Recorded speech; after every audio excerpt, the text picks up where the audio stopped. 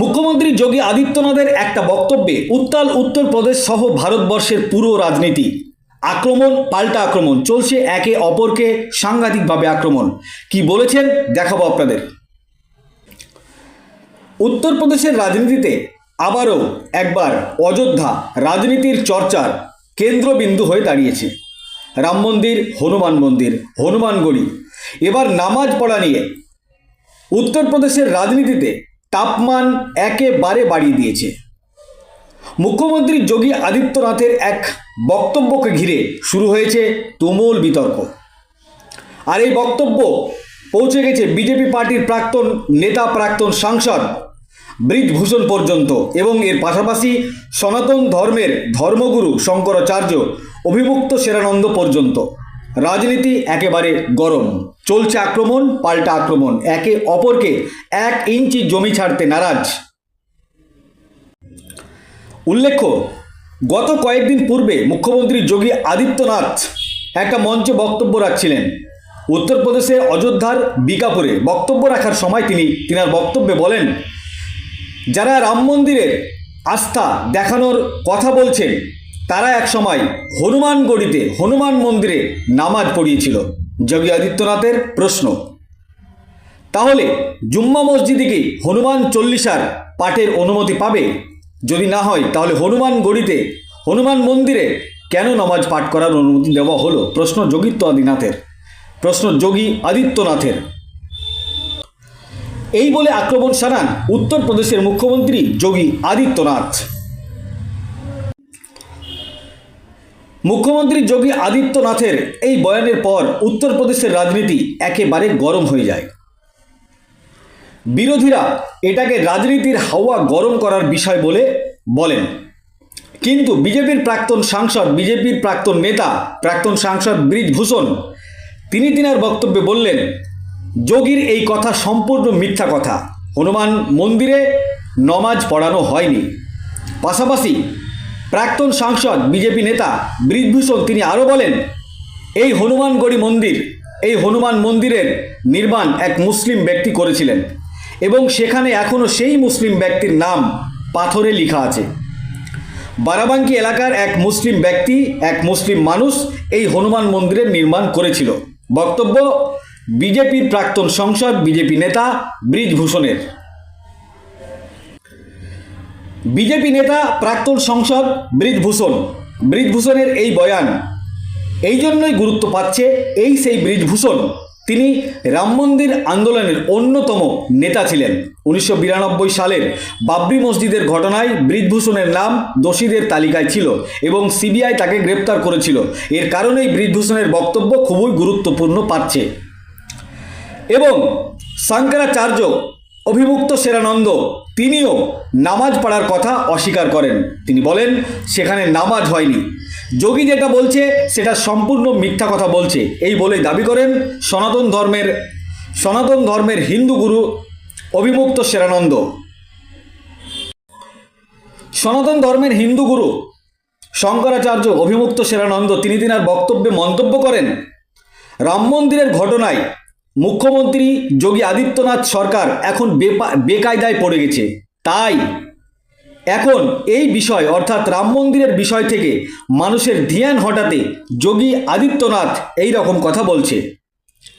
যোগীর এই কথা মন্দিরের অহংকারকে ঠেস পৌঁছানোর কথা বলছে যোগী আদিত্যনাথ, এই মন্তব্য করেন শঙ্করাচার্য অভিমুক্ত সেরানন্দ। একে অপরকে পাল্টা আক্রমণ, বিস্তারিত বক্তব্য, 3 জনের বক্তব্য শোনাবো আপনাদের।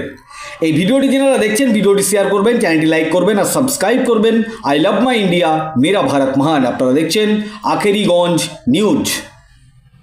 जो ये लोग आस्था की बात करते हैं, याद करो ना, इन्होंने तो हमारी पवित्र हनुमानगढ़ी में इन्होंने तो वहां नमाज भी पढ़वाने का काम किया था।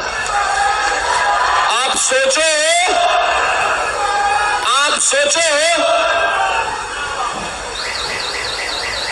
कल्पना करिए, क्या कोई जामा मस्जिद में कभी हनुमान चालीसा का पाठ कर पाएगा?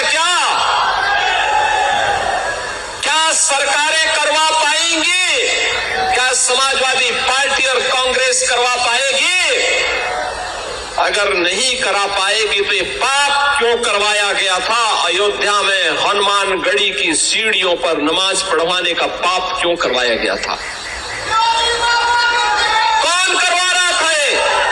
कभी नमाज नहीं वहां पर पढ़ी गई थी, कभी नमाज नहीं वहां पर पढ़ी गई थी। ये गलत है। मैं किसी के बयान पर टिप्पणी नहीं करना चाहता, लेकिन नमाज हनुमानगढ़ी पर नमाज पढ़ी गई ये बात गलत है। लेकिन जो लोग नमाज की बात उठाते हैं पढ़ी गई, तो उनको मालूम होना चाहिए कि इस हनुमानगढ़ी का निर्माण एक मुसलमान ने ही कराया था। आज भी पत्थर लगा हुआ है, तो उसने कराया था। ये बाराबंकी का कोई मुस्लिम समाज का नाम हमें संजोग से नहीं याद है, लेकिन ये हनुमानगढ़ी का निर्माण ही कराया है। देखिए जिस तरीके से सोनम वांगचुक लगातार धरने बैठे शिक्षा को लेकर के, क्या कहेंगे आप? 18 दिन में 9 किलोमीटर उनका 9 किलो वेट भी घटा है, लगातार लोग अपील कर रहे हैं धरना खत्म कर दें। अब उनकी बात पूरे देश में पहुंच चुकी है, सरकार के भी संज्ञान में आ चुकी है। अब उनको धरना समाप्त करना चाहिए और प्रतीक्षा करना चाहिए। प्रतीक्षा सब लोगों ने किया है, उनको प्रतीक्षा करना चाहिए और धरना समाप्त करना चाहिए।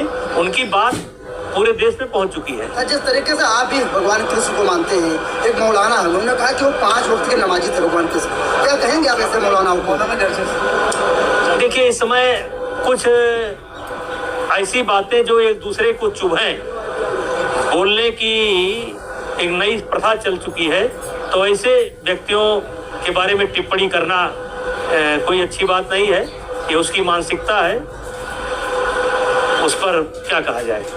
तो आप जिस तरीके से हनुमानगढ़ी आप भी दर्शन करने जाते हैं, पुरानी बातों को फिर सामने अब लाया जा रहा है कि वहाँ पर नमाज पढ़ी गई थी, लोग नहीं, कभी नमाज नहीं पढ़ी गई, कभी नमाज नहीं वहाँ पर पढ़ी गई थी। ये गलत है। जिस तरीके से शंकराचार्य कल आए थे, उन्होंने कहा कि अगर कोई साबित कर दे तो मैं हनुमानगढ़ी जाना छोड़ दूंगा, और योगी जी को इस तरीके से झूठ नहीं बोलना चाहिए। और देखिए, वहाँ कभी देखिए, मैं किसी के बयान पर टिप्पणी नहीं करना चाहता, लेकिन नमाज हनुमानगढ़ी पर नमाज पढ़ी गई ये बात गलत है। लेकिन जो लोग नमाज की बात उठाते हैं पढ़ी गई, तो उनको मालूम होना चाहिए कि इस हनुमानगढ़ी का निर्माण एक मुसलमान ने ही कराया था। आज भी पत्थर लगा हुआ है, उसने कराया था। ये बाराबंकी का कोई मुस्लिम समाज का नाम हमें संजोग से नहीं याद है, लेकिन ये हनुमानगढ़ी का निर्माण ही कराया है मुस्लिम समाज के। शंकराचार्य की भाषा की चंदा चोरी के डायरेक्टर मोदी हैं, इस तरीके से भाषा शंकराचार्य की, ये गलत भाषा का इस्तेमाल नहीं करना चाहिए। इस चोरी से मोदी का और योगी का कोई संबंध नहीं है। लेकिन सांसद जी, शंकराचार्य ने कहा कि उनकी यात्रा जो है ना, मुख्य उद्देश्य उनका यात्रा का ये है, भाजपा के विरोध में उनकी यात्रा है। ये तो लोग करेंगे, तो उस पर हमारा क्या कहना है? सनातन धर्म की बात, उसके बावजूद पिछले दिनों जब हनुमानगढ़ी पे, अयोध्या के हनुमानगढ़ी पे नमाज तक कराया जाने था, मुलायम सिंह यादव सरकार मुख्यमंत्री थे। ऐसा है कि जब ये चोरी हो गई तो आदित्यनाथ जी आए अयोध्या, और उन्होंने आप लोगों के सामने खड़े होकर के कहा कि मैंने SIT बना दी है, दूध का दूध और पानी का पानी हो जाएगा। कहा था कि नहीं कहा था? आप लोगों ने खूब चलाया, दूध का दूध, पानी का पानी, दूध का दूध, पानी का पानी, दूध का दूध, पानी का पानी। तो अब लोगों ने सोचा कि भाई दूध का दूध, पानी का पानी हो जाएगा। फिर वो दोबारा अयोध्या आए, उनके मन में ये डर हो गया कि दूध का दूध, पानी का पानी, कोई सवाल पूछ लेगा तो मैं क्या जवाब दूंगा। तो 27 साल पहले की घटना को विद्रूप करके, उसको दूसरा रूप दे करके उन्होंने आपके सामने कह दिया, ताकि लोग इसमें चले जाएं और दूध का दूध, पानी वाला सवाल कोई ना पूछे। तो ये ध्यान भटकाने की उनकी टैक्टिस है। आप ध्यान भटका रहे हो, आप उनकी मदद कर रहे हो। सवाल ये है कि दूध का दूध, पानी का पानी कहाँ है?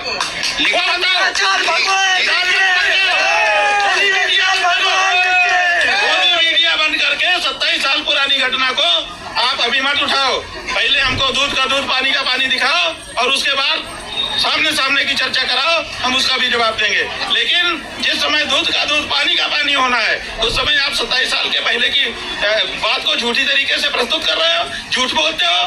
कहाँ हनुमानगढ़ी की सीढ़ी में कब नमाज हुई? सिद्ध करके दिखाओ। नहीं तो गद्दी छोड़ो झूठ बोलने के लिए। देश के सामने अयोध्या जी जैसे पवित्र क्षेत्र में आकर के तुम झूठ बोलते हो। कब हुई सीढ़ी में नमाज? बताओ, बोलो, कब हुई? अयोध्या में हनुमानगढ़ी की सीढ़ी में कब नमाज हुई? झूठ है, सरासर झूठ है। झूठ बोलने के लिए आदित्यनाथ को गद्दी छोड़नी नहीं चाहिए। अयोध्या का अपमान किया है। अयोध्या में आकर के हनुमान जी की सीढ़ियों के बारे में ऐसा झूठ बोला उस आदमी ने। ये अपराध है, हनुमान जी का अपराधी है वो। हम कल जाएंगे हनुमानगढ़ी के 8 पट्टी के महंतों से अनुरोध करेंगे कि इस व्यक्ति को बैन करिए कि ये इस सीढ़ी पे कभी पाँव न रख सके। अगर वो करेंगे तब तो हम दोबारा दर्शन करने आएंगे, नहीं तो इस मंदिर में दर्शन करना भी अब छोड़ देंगे। ये भी हम बता रहे हैं। आप अपनी राजनीति चमकाने के लिए झूठ बोल करके हमारी सीढ़ियों को पवित्र मत करिए। हमारी सीढ़ियों पे कभी नमाज नहीं हुई है, हमने कभी नहीं नमाज होने दी है। ये झूठ आदित्यनाथ तुमने बोला है। तुमने अयोध्या की धरती पे खड़े होकर के हमारे हनुमान जी की सीढ़ियों के बारे में झूठ बोला है। हनुमान जी तुमको कभी माफ नहीं करेंगे। अच्छा, आने वाले दिन में जिस तरीके से चढ़ावा चोरी हुआ, आप क्या कोई सुझाव देंगे कि इस तरह का काम हो? सुझाव नहीं, पहले कचरा हटाया जाता है तब रंगोली बनाई जाती है। पहले कचरा हटाओ फिर रंगोली बनाते हैं।